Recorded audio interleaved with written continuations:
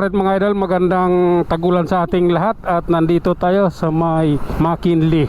Tayo ay pauwi ng mga idol at eto, ganito ang ating lagay ng kalsada rito.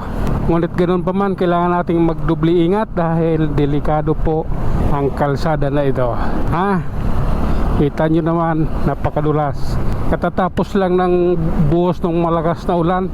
Kalahating buwan na ata itong ulan natin ha? Hindi pa natatapos ha.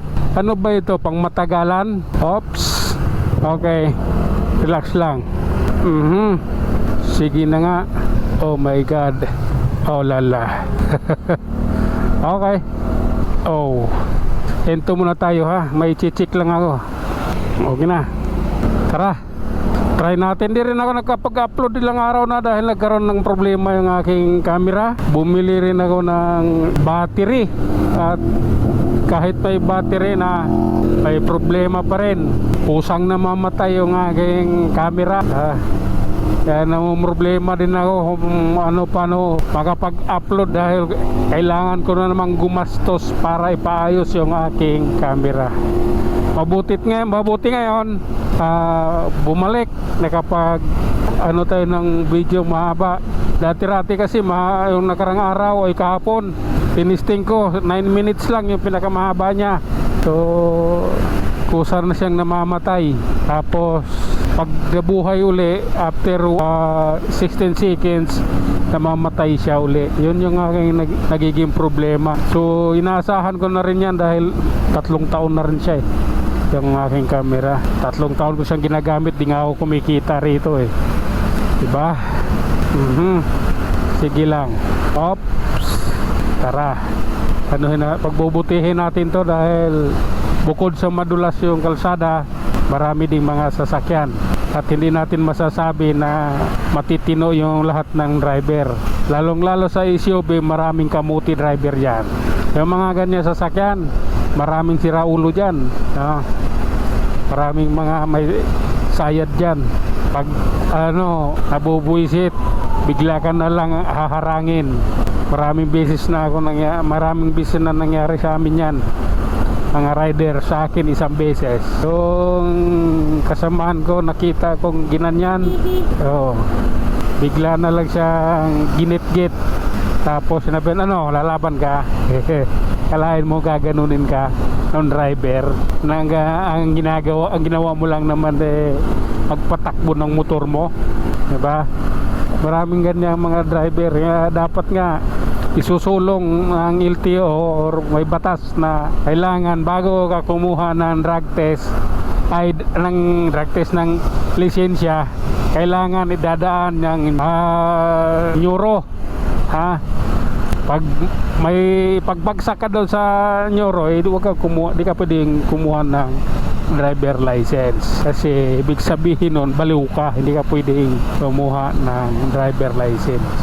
Kailangan lang ang magkaroon ng driver license yung matitino ang utak, hindi yung baliw. Okay? Kaya lang pag nangyaring ganon, ang daming mawawalan ng lisensya kasi maraming ang baliw na driver. Masaklap, di ba? Kapunyeta na yan. Okay? Paket na tayo ng Buni idol. Tingnan natin.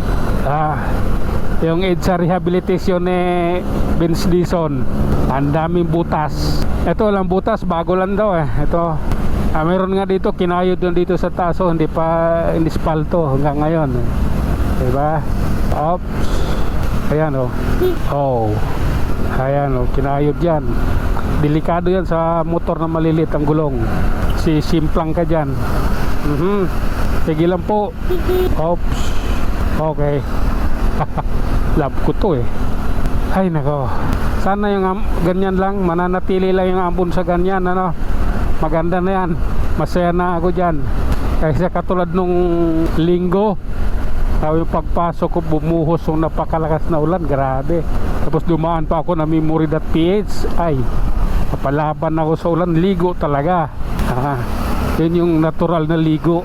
Basang-basa, kahit may kaputi basa Oops.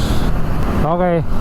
Ilalim tayo idol lagi yan natural yan pag pauwi. Pero pag papasok, mas maganda sa ibabaw kasi nakapagpahinga yung kamay ko kasi naninigas nga. Pinapahinga ko yan. May stoplight din sa ibabaw. Kailangan makapagpahinga. Oops! Maluwag ang kalsada, kaso madulas. Kaya doble ingat sa ating lahat. Sige. Oh my God. Okay. Sa Mega Mall na tayo. Oh lala. Relax lang. Kayang-kaya natin yan. Ano po man ang mangyari, kailangan nating ipagpatuloy ang ating biyahe. At siyempre, doble ingat. Sa bahay ang final destination at kailangan makarating tayo ng ligtas. Sige. Oh my God. Ano yun? Bakit kayo nag-iyakan dyan? Nasa linya ako. Nakalinya yan oh. Oh, sakto yan eh. Oops. Diretso yan hanggang flyover ng Ortigas. Yung line na to. Ayan tayo. Oh my God. Yan. Love ko yan. Oops. Oh my goodness. Relax lang. Yung mga nagmamadali, paliparin yung sasakyan nyo. Oh. Tara. Pangit din yung may biglang sumingit tapos hindi man lang nagsignal. Sisingitan ka. Biglang kumaliwa. Pangit din eh. Kamuti nga. Kamuti driver. Oops. Okay. Tara. Dito tayo sa may Corinthians Garden. Oh my God. Pareho kami Mio Gravis version 1 ba ito? Version 2. Version 1. Oh. Kasi yung version 2 may ano, dito sa gilid ng lagayan, kargahan ng gas, may butas. Lagayan ng tabako. Lagayan ng tabako. Gagalit sa akin yung ibang riders yan. Ayup na yan. Yung naka Mio Gravis version 2, may lagayan ng tabako sa gilid katabi ng kargahan ng gasolina. Ups! Tuloy-tuloy tayo mga idol. Nasa Camp Aguinaldo yung kanan na yan. Yung pader na yan, pader ng Camp Aguinaldo yan. Maraming mga retired general dyan sa loob nakatira. Oops! Sige. Oh lala. Okay lang. Grabe na to. Oops. Ayan tayo. Santulan na. Siyempre flyover tayo. Kailangan natin yan. Oops. Alalay lang. Medyo gipit dito eh. Ayan. Akyat na tayo sa bundok nitong santulan. Bundok talaga. Oh. Okay. Relax lang po. Naabot natin yung maximum ng ating sinusundan. Okay, lalay lang. Relax lang. Kailangan safety tayo makarating ng bahay. Oh my God. Oops. Oh lala. Kumusta na? Okay. Alanganin ha. Grabe na to. Oops. Oh. Okay. Tara. Malapit na. Nalalapit na. Kita ko naman yung idol kong abogado, si Atty. Topacio. Oh, yung idol kong abogadong mapang-asar.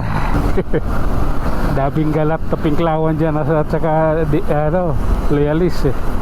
Magaling kasi mambuisit. Okay. Tara. Oops. Relax lang po. Oh my God. Oh. Eto na tayo. Terminal na ng bus dito idol. Mukhang dito tayo magtatapos. Ayan. Hanggang dito na lang muna tayo. Hanggang sa muli. Maraming salamat.